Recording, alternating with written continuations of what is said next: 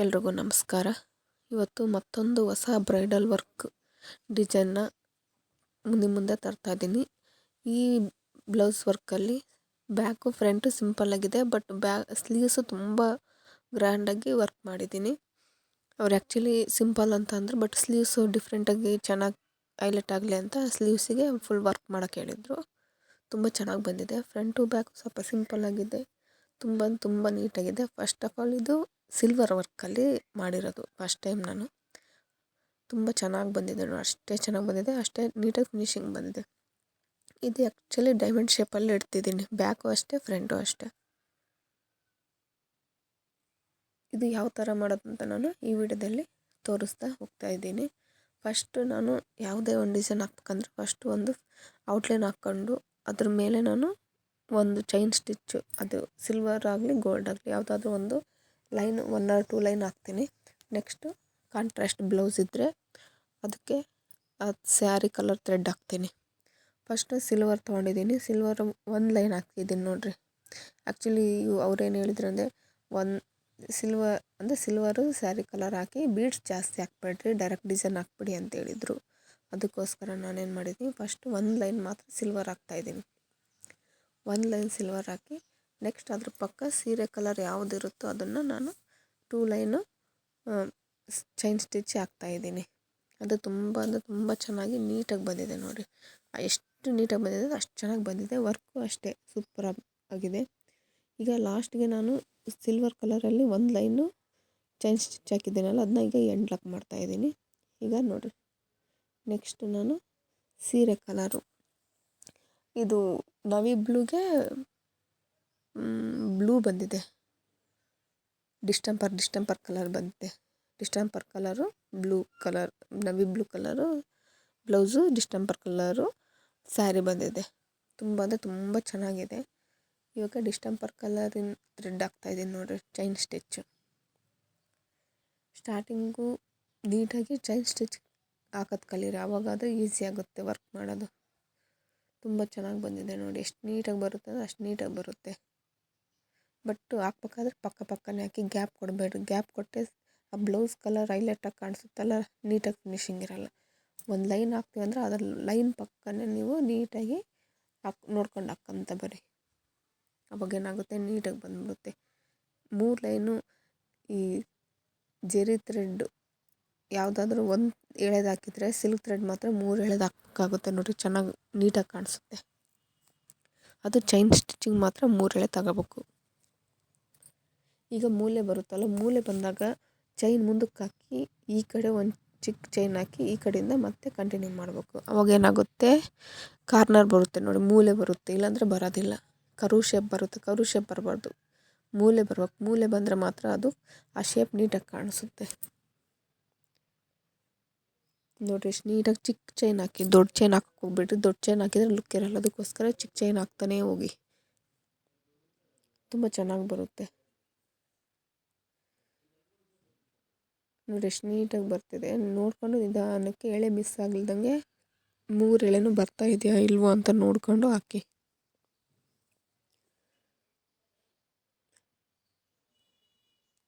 ತುಂಬ ಒಳ್ಳೊಳ್ಳೆ ಡಿಸೈನ್ ಹಾಕ್ತಾ ಹೋದಂಗೆಲ್ಲ ನಮಗೆ ಒಂಥರ ಗ್ರಿಪ್ ಸಿಗುತ್ತೆ. ಬಟ್ ಎಲ್ಲ ಥರನೂ ಹಾಕೋದನ್ನ ಕಲ್ತ್ಕೋಬೇಕಾಗುತ್ತೆ. ಇದೇ ಶೇಪು, ರೌಂಡ್ ಶೇಪ್ ಅಂತೆಲ್ಲ, ಬೋಟ್ ನೆಕ್ ಶೇಪಲ್ಲಿ ಆಗಿರ್ಬೋದು, ಬೇರೆ ಶೇಪಲ್ಲಿ ಆಗಿರ್ಬೋದು, ಎಲ್ಲ ಶೇಪಲ್ಲೂ ಸಹ ನೀವು ವರ್ಕ್ ಮಾಡೋದನ್ನ ಕಲ್ತ್ರೆ ಮಾತ್ರ ನೀವು ನೆಕ್ಸ್ಟ್ ಯಾವ ಬಂದರೂ ಧೈರ್ಯವಾಗಿ ಹಾಕೋಕ್ಕೆ ಈಸಿ ಆಗುತ್ತೆ. ಈಗ ನೆಕ್ಸ್ಟ್ ಇನ್ನೊಂದು ಲೈನ್ ಹಾಕೋದ್ರಿಂದ ನಾನು ಅದನ್ನ ಹಂಗೆ ಕಂಟಿನ್ಯೂ ಮಾಡ್ತೀನಿ, ಎಂಡ್ ಲಾಕ್ ಮಾಡೋದಿಲ್ಲ. ಈ ಬೀಡ್ಸ್ ಆದರೆ ಏನು ಮಾಡ್ತೀನಿ, ಎಂಡ್ ಲಾಕ್ ಮಾಡಿಬಿಡ್ತೀನಿ. ಅವು ಒಂದು ಇದು ಬಂದುಬಿಟ್ರೆ ಎಲ್ಲ ಕಡೆಗೆ ಬಂದುಬಿಡುತ್ತೆ. ಅದಕ್ಕೋಸ್ಕರ ನಾನು ಬೀಡ್ಸ್ ಹಾಕಿದಾಗ ಎಂಡ್ ಲಾಕ್ ಮಾಡ್ತೀನಿ, ಚೈನ್ ಹಾಕಿದಾಗ ನೆಕ್ಸ್ಟ್ ಲೈನ್ ಹಾಕಬೇಕು ಅನ್ಬೇಕಾದ್ರೆ ನಾನೇನು ಮಾಡ್ತೀನಿ, ಅದನ್ನಂಗೆ ಕಂಟಿನ್ಯೂ ಮಾಡ್ತೀನಿ.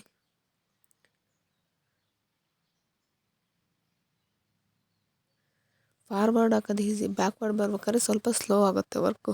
ಬಟ್ ನೀವೇನು ಮಾಡಿ, ಎರಡೂ ಕಡೆನೂ ಹಾಕೋದನ್ನ ಪ್ರಾಕ್ಟೀಸ್ ಮಾಡಿ ನೋಡಿರಿ. ಫಾರ್ವರ್ಡ್ ಮುಂದೆ ಹಾಕೋದು ಭಾಳ ಈಸಿ, ಫಾಸ್ಟಾಗಿ ಹಾಕ್ಬಿಡ್ತೀವಿ. ಬಟ್ ರಿವರ್ಸ್ ಬರ್ಬೇಕಾದ್ರೆ ಏನಾಗುತ್ತೆ, ಸ್ವಲ್ಪ ಇದಾಗುತ್ತೆ. ಆವಾಗೇನು ಮಾಡ್ತೀನಿ, ನಾನು ಫ್ರೇಮ್ನ ಟರ್ನ್ ಮಾಡ್ಕೊಂಬರ್ತೀನಿ. ಟರ್ನ್ ಮಾಡ್ಕೊಂಡಾಗ ಏನಾಗುತ್ತೆ, ವರ್ಕ್ ಈಸಿ ಆಗುತ್ತೆ. ಈಗ ನೋಡಿ ಫುಲ್ ಟರ್ನ್ ಮಾಡ್ಕೊಂಡಿದ್ದೀನಿ. ಇದು ಆ್ಯಕ್ಚುಲಿ ಸ್ಟ್ಯಾಂಡಿಗೆ ಹಾಕಿಲ್ಲ. ಸ್ಟ್ಯಾಂಡಿಗೆ ಹಾಕಿದ್ರೆ ನನಗೆ ಯಾಕೋ ಗ್ರಿಪ್ ಸಿಗ್ತಾಯಿಲ್ಲ. ಅದಕ್ಕೋಸ್ಕರ ನಾನು ಮಂಚಕ್ಕೆ ಫಿಕ್ಸ್ ಮಾಡಿಕೊಂಡು ಹಾಕ್ತಾಯಿದ್ದೀನಿ. ನೋಡಿರಿ, ಬ್ಯಾಕ್ವರ್ಡ್ ಬರ್ಬೇಕಾದ್ರೆ ಏನಾಗುತ್ತೆ, ಲೇಟ್ ಆಗುತ್ತೆ ಅನ್ನೋ ಒಂದು ಉದ್ದೇಶಕ್ಕೋಸ್ಕರ ನಾನೇನು ಮಾಡ್ತೀನಿ, ಫ್ರೇಮ್ನ ಚೇಂಜ್ ಮಾಡಿಕೊಂಡು ಮತ್ತೆ ಫಾರ್ವರ್ಡೇ ಹಾಕ್ಕೊಂಡು ಹೋಗ್ತಾಯಿದ್ದೀನಿ. ನೋಡಿ ಕಂಪ್ಲೀಟ್ ಆದಮೇಲೆ ಈಗ ನೆಕ್ಸ್ಟು ಈ ಕರು ಶೇಪಲ್ಲಿ ಈ ಡಿಸೈನ್ನ ಹಾಕೋದು. ಫಸ್ಟ್ ನಾವು ಮೂಲೆ ಬಂದಿರುತ್ತಲ್ಲ ಅಲ್ಲಿ ಕರೆಕ್ಟಾಗಿ ನೀಟಾಗಿ ತೊಗೊಂಡ್ಬಿಡ್ತೀವಿ. ಆ ಮೂಲೆ ತಗೊಂಡಾಗ ಏನಾಗುತ್ತೆ, ನೆಕ್ಸ್ಟ್ ಎಲ್ಲಿಗೆಂಡಾದರೂ ಆಗಲಿ ಅದು ತೊಂದರೆ. ಬಟ್ ಮೂಲೆ ಬಂದಾಗ ನಮಗೆ ಫಿನಿಶಿಂಗ್ ಬರ್ಬೇಕು. ಅದಕ್ಕೋಸ್ಕರ ನೀವೆಲ್ಲಿ ಮೂಲೆ ಬರುತ್ತೋ ಅಲ್ಲಿಂದನೇ ಸ್ಟಾರ್ಟ್ ಮಾಡಿ. ಬಟ್ ಮಾರ್ಕ್ ಮಾಡೋದಿದೆಯಲ್ಲ, ನೋಡಿಕೊಂಡು ನಿಧಾನಕ್ಕೆ ಮಾಡ್ಕೋಬೇಕಾಗುತ್ತೆ. ಸ್ವಲ್ಪ ಹೆಚ್ಚು ಕಮ್ಮಿ ಆಯ್ತು ಅಂದರೆ ಡಿಸೈನೆಲ್ಲ ಹಾಳಾಗ್ಬಿಡುತ್ತೆ. ಅದಕ್ಕೋಸ್ಕರ ನೀವು ಯಾವ ಥರ ಮಾರ್ಕ್ ಮಾಡ್ಕೊತೀರ ಅದೇ ಥರನೇ ವರ್ಕ್ ಮಾಡೋದ್ರಿಂದ ನೀವೇನು ಮಾಡಿ, ಮಾರ್ಕ್ ಮಾಡ್ಬೇಕಾದ್ರೆ ನೋಡಿ ನಿಧಾನಕ್ಕೆ ಒಂದಲ್ಲ ಎರಡು ಸಲ ಯೋಚನೆ ಮಾಡಿ ಮಾರ್ಕ್ ಮಾಡಿ ಆಮೇಲೆ ಡಿಸೈನ್ ಮಾಡಿ. ಫುಲ್ ಡಿಸೈನ್ ಆದಮೇಲೆ ಮತ್ತೆ ಬಿಚ್ಚೋಕ್ಕಾಗೋದಿಲ್ಲ. ಅದಕ್ಕೋಸ್ಕರ ಮೂಲೆ ಬಂದಿರೋ ಹತ್ರ ಸ್ವಲ್ಪ ಡಿಸೈನು ಸ್ವಲ್ಪ ವೇರಿಯೇಷನ್ ಆಗುತ್ತೆ. ಸ್ವಲ್ಪ ಈ ಥರ ಬಂದಿರುತ್ತಲ್ವ, ಅದಕ್ಕೋಸ್ಕರ ಏನು ತೊಂದರೆ ಆಗೋದಿಲ್ಲ. ಬಟ್ ಅಲ್ಲಿಂದನೇ ಸ್ಟಾರ್ಟ್ ಮಾಡೋದು, ನಿಮಗೊಂದು ಗ್ರಿಪ್ ಸಿಕ್ಬಿಡುತ್ತೆ ನೋಡಿ. ಮತ್ತು ಡಿಸೈನು ನೀಟಾಗಿ ಫಿನಿಶಿಂಗ್ ಕಾಣಿಸುತ್ತೆ. ಇದು ಗ್ಲಾಸ್ ಮಾರ್ಕರ್ ಆಗಿರೋದ್ರಿಂದ ಈ ಎರೇಸರಲ್ಲಿ ರಿಮೂವ್ ಮಾಡ್ಬೋದು. ಬಟ್ ಕ್ಲಿಯರಾಗಿ ರಿಮೂವ್ ಮಾಡೋಕ್ಕಾಗೋದೇ ಇಲ್ಲ ನೋಡಿ, ಸ್ವಲ್ಪ ಆದರೂ ಕಾಣಿಸುತ್ತೆ.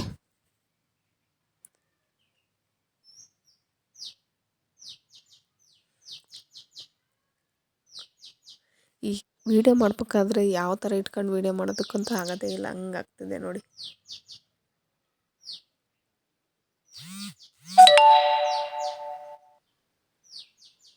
ಈಗ ನೆಕ್ಸ್ಟ್ ಒಂದು ಕರು ಶೇಪ್ ಆದಮೇಲೆ ಒಂದು ಇದನ್ನ ನಾನು ಈ ವೆಡ್ಡಿಂಗ್ ಕಾರ್ಡ್ ಬಂದಿರ್ತಾವಲ್ಲ, ಅದು ಸ್ವಲ್ಪ ದಪ್ಪ ಇರುತ್ತೆ. ಅದರಲ್ಲಿ ನಾನು ಕಟ್ ಮಾಡ್ಕೊಂಡು ಇಟ್ಕೊಂಡಿರ್ತೀನಿ ಈ ಥರ ಶೇಪ್ಗಳನ್ನೆಲ್ಲ ಚಿಕ್ಕ ಚಿಕ್ಕ.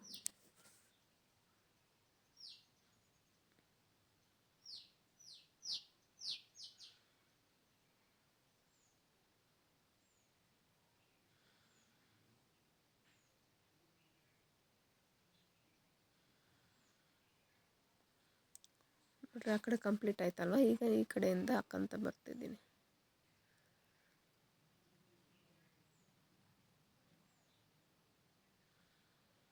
ಸ್ವಲ್ಪ ಗ್ಯಾಪ್ ಕೊಟ್ಟು ಹಾಕ್ಬೇಕು, ಯಾಕಂದರೆ ಈ ಬೀಡ್ಸ್ ಹಾಕ್ಬೇಕಾದ್ರೆ ಏನಾಗುತ್ತೆ, ಸ್ವಲ್ಪ ಗ್ಯಾಪ್ ಆದಂಗೆ ಆಗ್ಬಿಡುತ್ತೆ. ಅದಕ್ಕೋಸ್ಕರ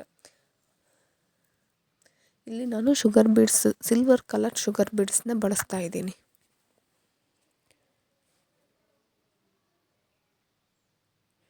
ಅಂದರೆ ಸಿಲ್ವರ್ ಕಲರ್ ವರ್ಕ್ ಆ ಥರ ಸಿಲ್ವರ್ ಕಲರ್ ಏನಾದರೂ ಸಿಲ್ವರ್ ಬಂದಿದ್ದರೆ ಸೀರೆ ಒಳಗಡೆ ಆ ವರ್ಕ್ ಮಾಡಿರಿ ಎಷ್ಟು ಚೆನ್ನಾಗಿ ಕಾಣಿಸುತ್ತೆ ಗೊತ್ತಾ. ಸಿಲ್ವರ್ ವರ್ಕ್ ಗೋಲ್ಡ್ಗಿಂತ ಬ್ರೈಡಲ್ಲಾಗಿ ನೀಟಾಗಿ ಸಿಲ್ವರ್ ವರ್ಕ್ ಕಾಣಿಸುತ್ತೆ. ತುಂಬ ತುಂಬ ಚೆನ್ನಾಗಿ ಕಾಣಿಸುತ್ತೆ.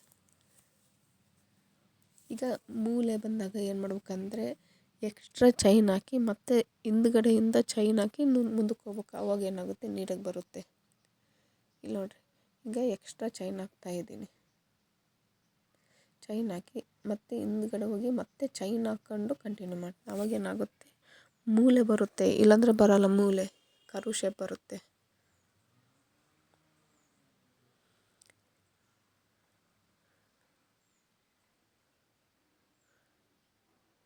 ನಿಧಾನಕ್ಕೆ ನೋಡ್ಕೊಂಡು ಹಾಕಿ.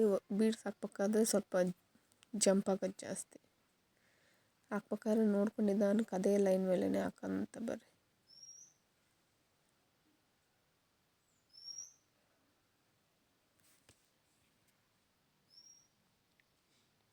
ಲೋಡಿಂಗ್ ಮಾಡಿಕೊಂಡು ಹಾಕ್ತಾನೇ ಹೋಗ್ಬೇಕಾಗುತ್ತೆ. ಸ್ಲೋ ಮಾಡಿ ತೋರಿಸ್ತಾ ಇದ್ದೀನಿ, ಫಾಸ್ಟ್ ಮಾಡಿಲ್ಲ ವೀಡಿಯೋನ, ತುಂಬ ಫಾಸ್ಟ್ ಮಾಡಿ ಹಾಕಿಲ್ಲ. ಅದಕ್ಕೋಸ್ಕರ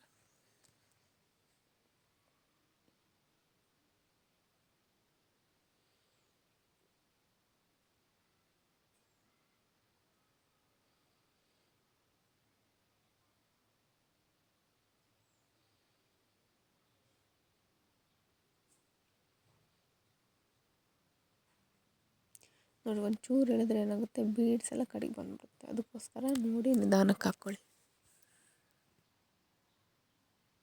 ಹೇಳಿದ್ನಲ್ಲ, ಮೂಲೆ ಬಂದಾಗ ಮುಂದೆ ಒಂದು ಚೈನು ಮತ್ತು ಬೀಡ್ಸ್ ಹಿಂದ್ಗಡೆ ಒಂದು ಚೈನು ಮತ್ತು ರಿವರ್ಸ್ ಹೋಗ್ತಾ ಹೋಗ್ಬೇಕು. ಆಗೇನಾದ್ರು ಆಗುತ್ತಪ್ಪ ಅಂದರೆ ಅದು ಮೂಲೆ ಬರುತ್ತೆ, ಇಲ್ಲಾಂದರೆ ಮೂಲೆ ಬರೋದಿಲ್ಲ.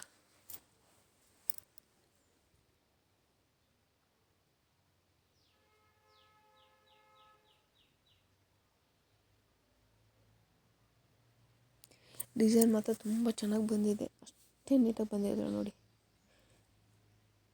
ಸ್ಲೋ ಆದರೂ ಪರವಾಗಿಲ್ಲ, ನೀಟಾಗಿ ಫಿನಿಶಿಂಗ್ ಮಾಡಬೇಕು, ಆವಾಗ ಮಾತ್ರ ವರ್ಕ್ ತುಂಬ ಚೆನ್ನಾಗಿ ಕಾಣಿಸುತ್ತೆ.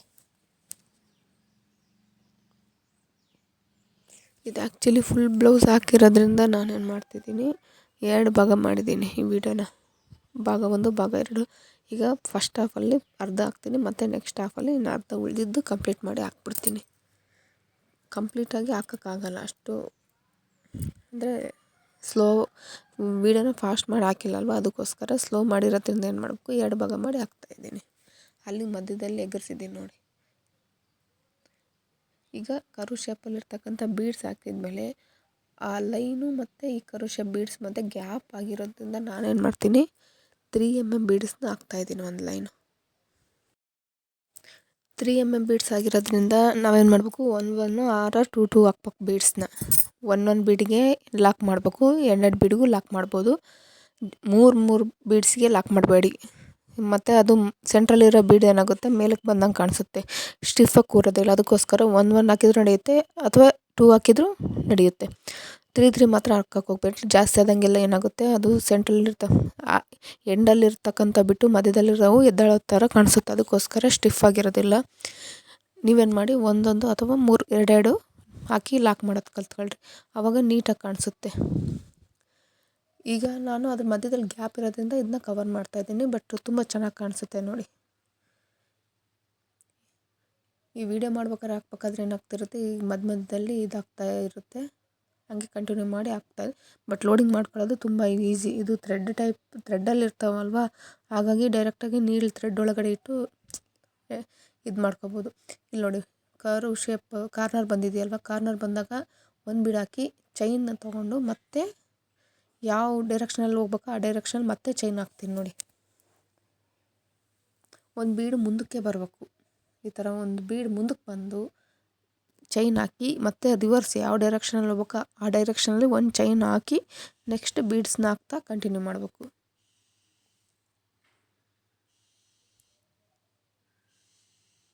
ನೋಡಿ, ಈಗ ಕಾರ್ನರ್ ಎಷ್ಟು ಚೆನ್ನಾಗಿ ಕಾಣಿಸ್ತಿದೆಯಲ್ವ.